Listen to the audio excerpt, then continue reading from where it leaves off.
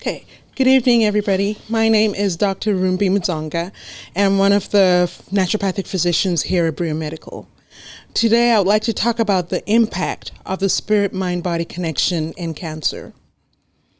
So before I go into detail, I would actually like to tell you a tale of two patients. So we have two patients. We have Margot, who's 36 years old, who was diagnosed with stage 2 breast cancer. So when Margot actually started treatment, she was reasonably healthy, ate well, jogged. The only thing that was really mainly affecting her was the stage 2 breast cancer that she did have. And when she started treatment, she was 100% compliant, did all the recommendations that were given. And then on the other hand, we also have Mary. Mary, 35 years old, similar medical history, healthy in general, both young women, young mothers, as I mentioned. And again, she was also diagnosed with stage 2 breast cancer. Followed the treatment to a T, all the instructions that she was given. The main difference between these two ladies was their outlook on life. So we had Margot, who was very positive, her faith, as well as this assurance that she had that she would get better, always permeated. Whenever you spoke to her, she was always talking about, I'm going to beat this. This does not define me. And it was something that was always so contagious when you were around her. And then on the other hand, you had Mary. With Mary, it was always, the cancer always was so much bigger than anything else. And when I say that, I hope you understand I am not belittling, because it is a huge thing. But what I want to highlight here is these two patients and how they perceived what they were going through. So as I said, Mary was very much about what she was going through and how big it was. She was so focused, am I going to die from this? This is something that was always in her core. And even during the visits, she'd be like, how bad is it? And even when you would give her good news, it was always, I know, but what if it comes back?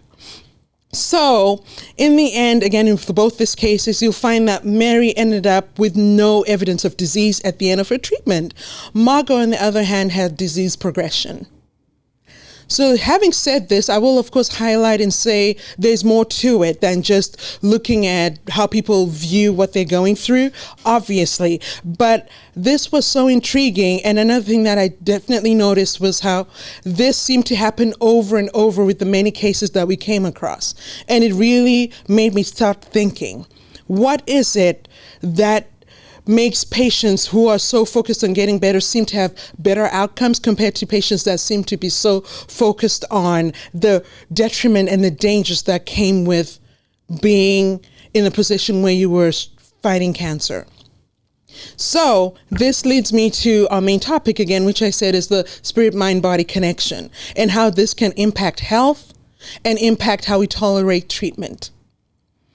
So now, before we dive into the different intricacies, I do want to define the difference, because I know we all know, because it is kind of general knowledge, right? But there is a slight difference, especially when we're looking at the mind and the spirit.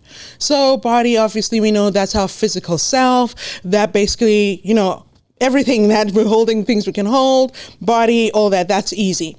Spirit, on the other hand, it differs from our mind, because when we're talking about spirit, we're talking about our transcendent self. We're talking about what represents the non-physical aspect, our sense of purpose, what defines us, what connects us to something greater than us.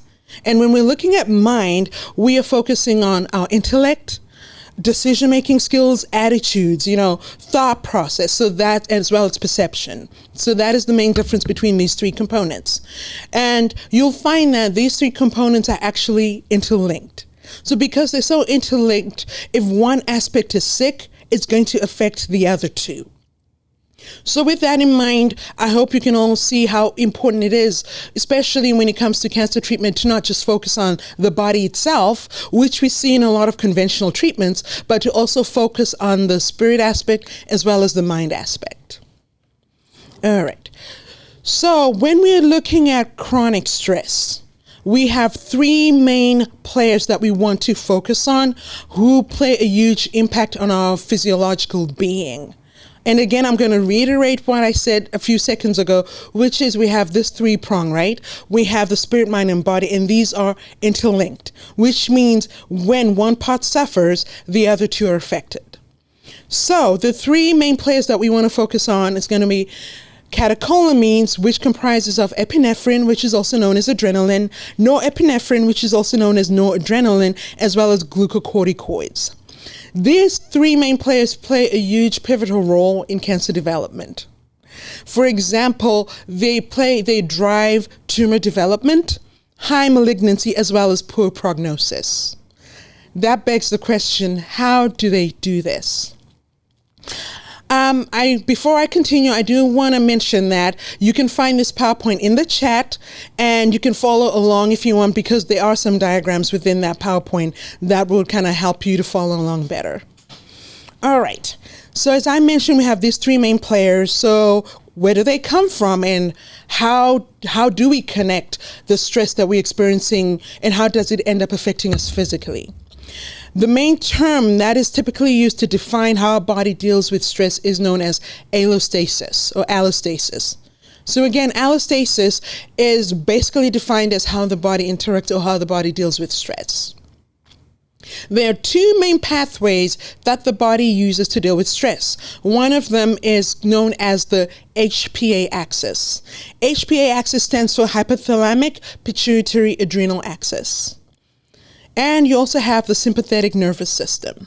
So before I go into detail about the HPA axis, I want to touch on the sympathetic nervous system a little bit. The sympathetic nervous system is responsible for what most people know as fight or flight, which I know is a very, very popular term.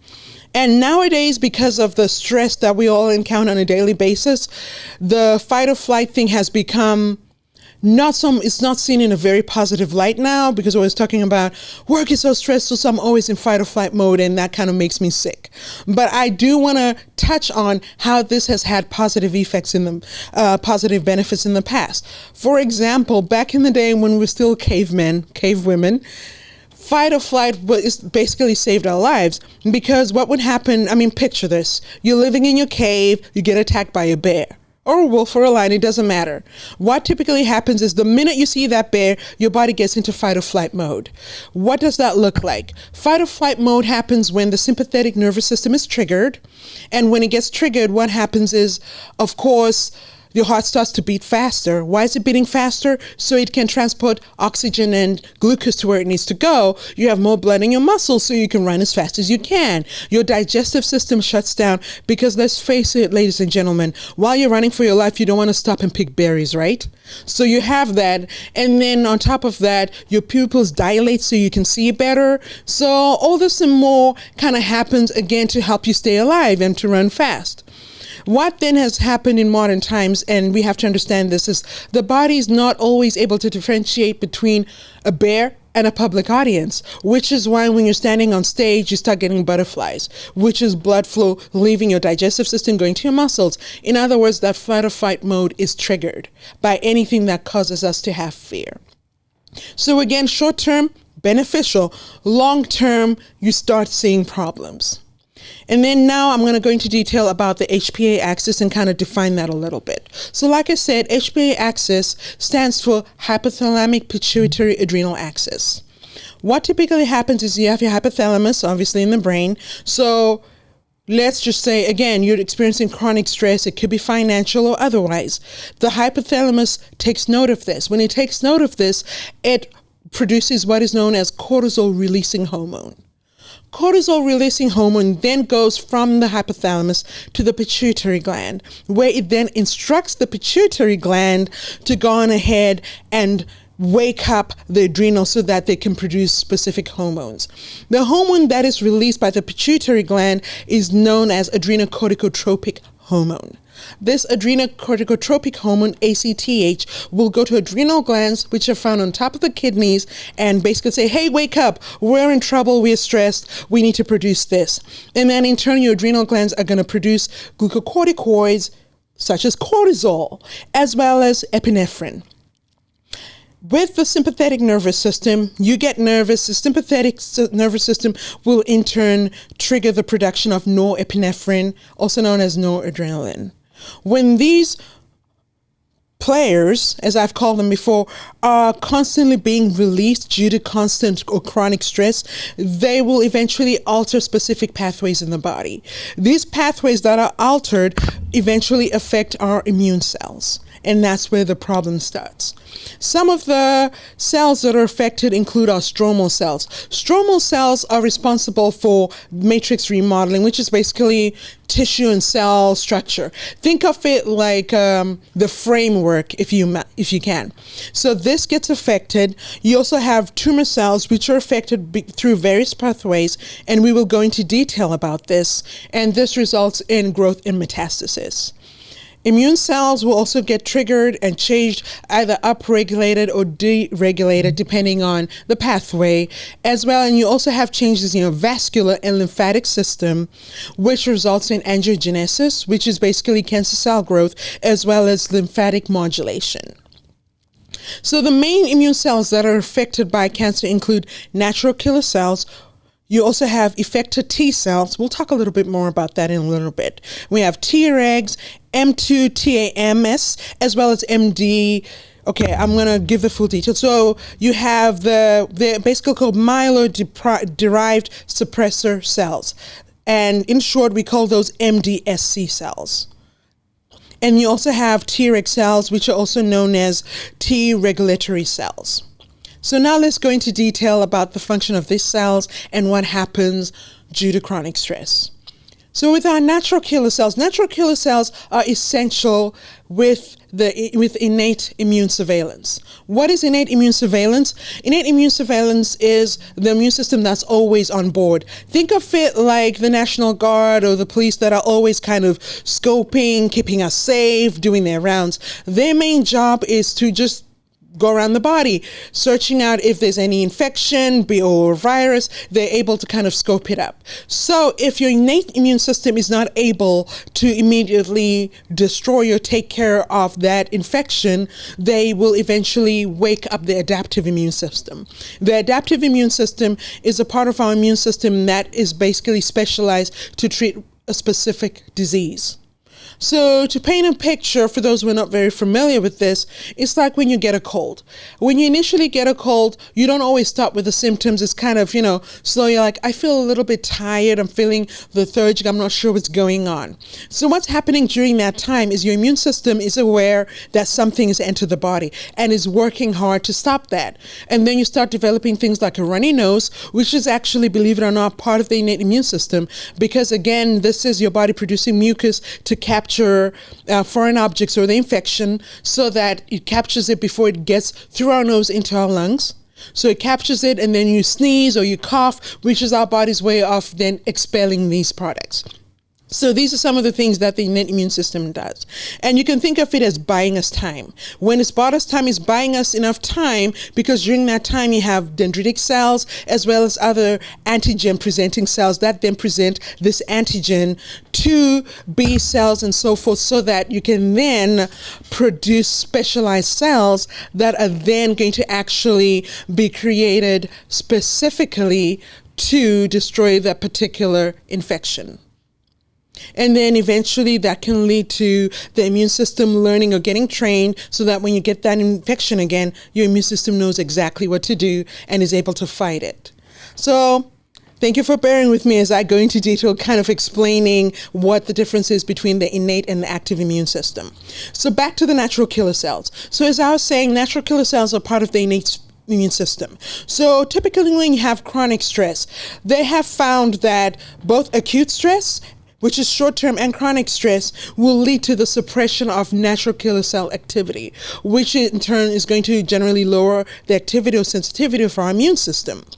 They've also found that when you have chronic stress, you have a downregulation of what is known as PD-1 expression. And this PD-1 expression in tumor infiltrating natural killer cells. In other words, you have natural killer cells. Whenever you start developing tumors, the natural killer cells are drawn to that and they'll move to that so that they could try to destroy that tumor. And that's putting it in layman's terms. But when you have chronic depression, for example, or chronic stress, again, when I mention chronic stress, that includes anxiety and depression, what you find is this PD-1 expression is actually downregulated, and that weakens the natural killer cells. Research has also found that higher stress levels, for example, in patients with breast cancers, has been associated with a reduction in interferon gamma production, which in turn impairs natural killer cell cytotoxicity. Moving on to our next cell. The next cell I want to talk about is T lymphocytes. So T lymphocytes are part of the adaptive immune response that we touched on earlier. And T cells are very important when it comes to dealing with things like cancer as well as viruses. And they're especially pivotal when it comes to anti-tumor activity and reducing that or killing tumors. So what you'll find is when you have chronic stress, CD8 and T is actually altered and downregulated. When that happens, it reduces the amount or the triggering, if I may say so, of T cells. Less T cells equals more cancer. Another thing that has been found is stress can actually upregulate Treg cells. Treg cells are the T cells that are responsible for suppressing the immune system. One might ask, why do we have Treg cells? I mean, don't you want to always make sure that your T cells are high? Yes, to a certain extent. But this is where autoimmunity comes in. What do I mean by that? Say you get infection A. Your immune system gets triggered. It does what it needs to do. It fights it off. After it's done its job, it needs to be told, thank you, sir, you can go home. When these immune cells are not told, thank you, sir, you can go home, they linger. And if there's no regulation of that immune system, what ends up happening is that immune system ends up attacking normal cells, which is what we call autoimmune. Autoimmune is basically when your immune system fails to recognize you and starts attacking normal cells. So Treg cells are pivotal because they're typically produced when we now want to downregulate T cells because for one reason, your body may no longer need them. When it comes to chronic stress and cancer, what typically happens is these Treg cells are upregulated, which means you have an increased number of Treg cells, which are now decreasing the efficacy of your T cells where your body actually needs them the most. Another thing that happens with, again, chronic stress is you have that glucocorticoid that we touched on earlier when we were introducing the HPA axis, as well as the HPA axis. So what you'll find is glucocorticoids actually induces exhausted CD8 and T cell phenotypes, TM3 as well as PD1, which we talked about a little bit earlier. So this PD1 plus and the TM3 plus will reduce immune checkpoint balance, and which it ultimately blocks or reduces the efficacy of that immune system. Other immune cells that are affected by chronic stress include beta-2 AR cells, which in turn enhance when these beta-2 AR cells are activated, they actually suppress the activity, they enhance the suppressive effect or the suppressive activity of Treg cells. Research has also found that psychosocial stress accelerates tumor growth by clustering these Treg cells as well as the MDSC cells. Again, to reiterate, the MDSC cells, that stands for myeloid-derived suppressor cells. All right, and then on that topic, there's also research that was done on highly anxious mice. I'm sure some of you are wondering, what would make mice anxious? I cannot answer that.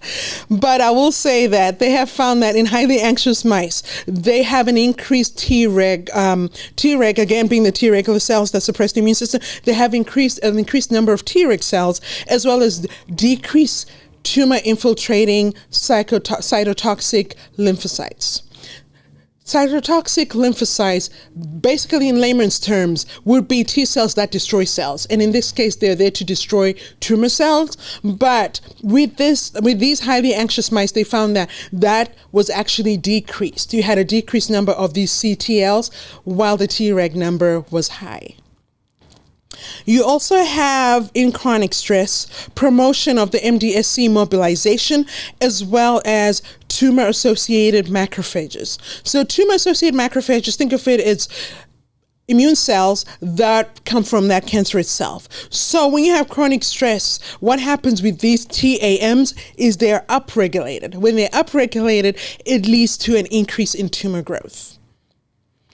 Other research again, and I want to emphasize that the reason I'm really zoning in on all this research is to emphasize the physiological impact of stress and how there's so much research out there that is supporting and showing on a biochemical level how much stress changes the chemical structures, the chemical pathways in our body, and ultimately leads to that development of cancer in these cases.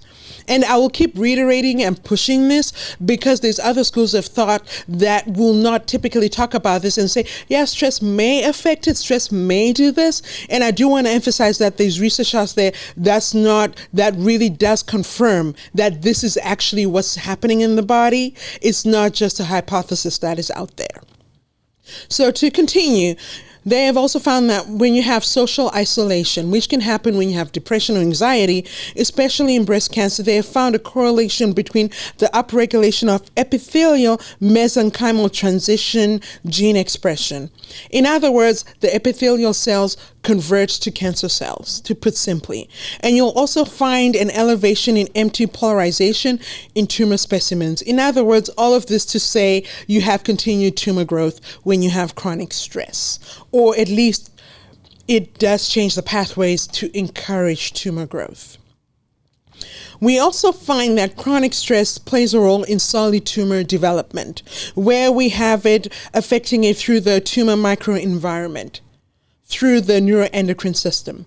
The neuroendocrine system that I speak of is the catecholamines that we touched on earlier, the epinephrine and the norepinephrine, which are part of the they're called neuroendocrine. It's called the neuroendocrine system because it's got both that hormonal aspect as well as the neuro aspect. So that being said, before we delve deeper into the solid tumor development, I do want to talk about the different components that you find in the tumor microenvironment. So within that tumor microenvironment, you have malignant cells, you have immune cells, stromal cells, which I touched on earlier when I was talking about how they're basically the skeleton structure, as well as extracellular components, being components that are found outside of those cells, such as cytokines, growth factors, hormones, as well as extracellular matrix. So when you have chronic stress, this microenvironment is affected. And again, I hope you can see how I keep reiterating certain things because I do want to bring home that point. So again, when immune cells are affected, these are part of the TME environment. When you have hormones, growth factors, cytokines, these are all part of that TME. So basically summarizing what I've been touching on, when you look at the function of the immune system, so I'm going to basically kind of compare and contrast. When we look at inflammation is not always a bad thing when it comes to immune response, because inflammation is literally the body telling the immune cell, hey, there's a problem, come fix this. So typically in normal cells, what you'll find is when you have that inflammation, it actually would modulate the TME so that the body's geared to fight that cancer. When you have stress, on the other hand, what then happens in that cancer environment is instead of modulating it, you now have it enhancing it and increasing inflammation, which in turn actually promotes tumor growth. In terms of immune protection, they have found that when you have decreased levels of stress, the immune system will actually defend against tumor cells. But where there is stress-induced alterations, what ends up happening is you have a weakened immune surveillance, which actually allows the tumor cells to invade and to invade even more and evade detection. When it comes to tumor suppression, before or with reduced stress, you actually find that the immune system helps to inhibit tumor immune responses. Whereas then, when you have chronic stress, this is suppressed and actually tumor evasion is promoted, which then decreases the immune system's ability to actually see where the tumors are, which again, in turn, weakens our immune response to that tumor growth. So just to touch on, reiterate, there's various cells that are involved, and you can see these in the PowerPoint that is within the chat. You have such things as the cytokines I've mentioned, and that involves interleukin-6, interleukin-10, you have TGF-beta, TNF-A, COX-2, and you have VEGF as well as MMP. All these are various cells that are affected when there's continued catecholamine production due to chronic stress. And as I've mentioned, you also have decrease in specific cells, as well as increase in things like MDSC, as well as Treg cells. Ultimately, all this results in tumor progression. Another piece of the puzzle that I do want to touch on is the effect of chronic stress on our microbiota, especially in cases of cancer. So what you'll find is when you have chronic stress, it leads to the disruption of the gut microbiota balance, and you also have increased gut permeability, in other words, leaky gut, which leads to dysbiosis. Research has also found that there are significant microbial changes in patients, for example, that suffer from MDD. MDD is talking about long-term depression. So with MDD patients, they have an increase in enterobacteria as well as L-stipes and a decrease in Faecalibacterium. I know to some it might sound a little bit like Greek. Just know that there's some specific bacteria that will either increase or decrease depending with the stress level. The enterogenic bacteria fragilis, that are also known as ETBF, is actually known for producing toxins that actually promote tumorigenesis. So in other words, they cause tumor growth. And these are increased especially with people with long-term depression. Fusobacterium nucleatum is associated with colon cancer development and can also impact cancer immunity. So this is also increased in patients who suffer from chronic stress.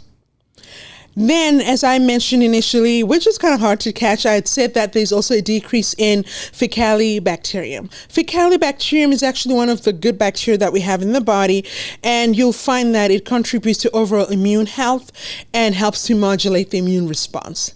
This, along with other gut microbiomes such as Bifidobacterium, also known to enhance the immune system, decrease in cases where there is chronic stress that includes continued anxiety disorder as well as major depressive disorder. So again, in everything that I've highlighted so far, we've been focusing on all the negative effects of chronic stress. Now I want to touch on the different things we can actually do to help. Right? So when it comes to chronic stress, there's different spirit, mind, body therapies that we can utilize to help with that. And these are some of the things that we actually implement here at Brio-Medical. Some of the things that we find helpful are meditation, which can come in different forms. You know, meditation is not cookie cutter, just like we are not cookie cutter. For some, meditation just means just focusing on the goodness of God. For some, it just means being in touch with nature and looking at that beauty. So some, it could be gratitude. It can look however you want to. But research has shown that meditation is very effective in helping to reduce stress. We also have other things such as one-on-one or group counseling. We have relaxation techniques such as tapping, something like this, like I'm showing you right now. There's different forms of tapping, and this has been actually shown to help to drastically reduce stress. We have Qigong, yoga, Tai Chi. All of these involve movement, and in doing that movement, you actually help the body to relax and reduce stress levels. Other things that you could do to help relax include art therapy, which some people find really effective because it's not always easy for everyone to express themselves or to journal, but they find solace in art and in expressing themselves through art. You have music therapy, guided imagery, as well as biofeedback, just to name a few. All these can be very, very effective when it comes to reducing stress, which ultimately improves prognosis when it comes to cancer. So just in summary, when we're talking about mindful and mental health, there's different practices, and what these different practices do is they promote mental health, they promote well-being by reducing stress, anxiety, and depression. They also improve cognitive function and actually enhance emotional resilience, as in the case of Margot, who I talked about earlier. And then the different spiritual practices as well have also been found to be very healing. People who engage in spiritual practices, which can be different for different people, will find that they engage in practices such as prayer, meditation. They also will typically find group settings where they have a greater support system, that be it in a church or a home group. And you also find that through that connection, it can actually foster or promote holistic healing because it fosters a sense of inner peace, purpose, and connection with something greater than oneself. So in conclusion, spirit, mind, body medicine offers multifaceted benefits for individuals with cancer. And integrating these practices along with other treatment options will lead to better outcomes and improved quality of life. All right. Thank you for listening. Do we have any questions? All right. I'm going to check my phone. All right. Here we go. Okay, one of the questions that I have here is, how does faith impact the success of cancer treatment? So faith has a huge impact when it comes to cancer treatment. And I do want to reiterate, when I'm talking faith, I'm not just talking about, for example, Christian faith. I'm talking about even faith in just whether it's faith in God, faith that you will get better. That has been shown to drastically reduce stressors and all those different markers that I was talking about earlier. It actually has an impact because when you are faith driven, again, reiterating, different faiths, depend whatever you want to believe. When you're that faith driven, you're not focusing so much on the negativity. What that does is it reduces catecholamines that are released by the HPA axis. It also reduces glucocorticoids, and when that is reduced, then you have less changes when it comes to different pathways and less alterations in the immune system. So the long and short of it is actually it helps to boost our immune system from a scientific point of view, and that in turn basically improves the prognosis, as well as not only improves your prognosis, it helps you tolerate treatment better as well. I hope that answers your question. The next question that we have here from Carolyn was, which specific elevated cytokines are associated with most cancers? Okay, so again, I want to start by answering that by saying different cancers have different cytokines that are affected. Some of the ones that we look at, as I've mentioned before, we're looking at things like interleukin 6, interleukin 10, for example. But again, as I continue, I do want to reiterate, especially what we do here at Brio is there's different markers for different types of cancer. So even though I'm highlighting things like interleukin 6, that might not necessarily be the marker that's significant in your type of cancer. You also have things, as I've mentioned before, like COX, TNF alpha, MMP, VGFE, and the list goes on and on. Next question that we have here is, how does my emotional mental state impact the effectiveness of the cancer treatment? So that's similar to, in a way, to the one that I was talking about when I was talking about faith. But mental status is huge. And I will say that this is not just from a scientific point of view, but even in my own personal experience in the patients that I've interacted with. I will give examples of some patients, and there's more than 3 that I'll talk about, where even coming into treatment, coming into Brio, we would find that there was this one patient, when he came in, he had already given up. And even as you talk to him, he would say, yes, I'm fighting, but he was no longer fighting for himself. He was doing it to make his family happy. And what happened with that is every treatment was a chore. And I know treatments are not easy, but every treatment was so difficult. And half the time he wasn't even motivated to do the treatments. He wasn't motivated to follow the diet. And because he was so stressed, it affected his immune cells, it affected his markers. And because of that, his prognosis was not good.